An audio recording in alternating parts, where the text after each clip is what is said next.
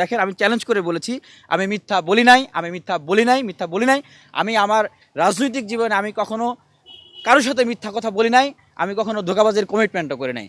সেই ডিবির রিমান্ডের গারদে দাঁড়িয়ে মুখে কালো মুখোশ পরিয়ে হাত বেঁধে গজারি লাঠি দিয়ে পিটিয়েছে, সেইখানেও মিথ্যা কথা বলি নাই। জেলখানার অন্ধপ্রকোষ্ঠে সলিটারি কনফাইনমেন্টে রেখেছে মাসের পরে মাস, 7 মাস সূর্যের আলো বাতাস দেখে নেই, তারপরেও সে মিথ্যা বলি নাই।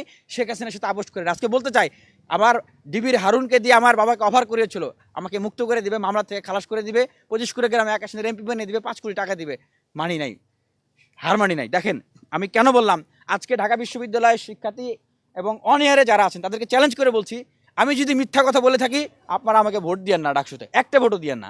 এটা হচ্ছে যে ঢাকা বিশ্ববিদ্যালয়ের সাংবাদিক সমিতিতে সাংবাদিকদের কোশ্চেন যখন অপপ্রচার চালাচ্ছিল তখন সাংবাদিকদেরকে আমি প্রশ্ন বলেছিলাম, ঢাকা বিশ্ববিদ্যালয়ের সাংবাদিক সমিতির রুম এটা, যখন অপপ্রচার চালানো হচ্ছিল তখন আমার বিরুদ্ধে, তখন সাংবাদিক সমিতির সাংবাদিকরা আমাকে প্রশ্ন করছিল, ভাই এটা বলা হচ্ছে আপনি কি বলবেন? তখন আমি বলেছিলাম যে ভাই আমি আবিদ, ছাত্রদল মনোনীত ভিপি প্রার্থী, আমার জন্য আপনি দোয়া করবেন। এটা কি না না না না না দেখেন দেখেন আমি আমার কথাটা আপনি শেষ করতে দেন।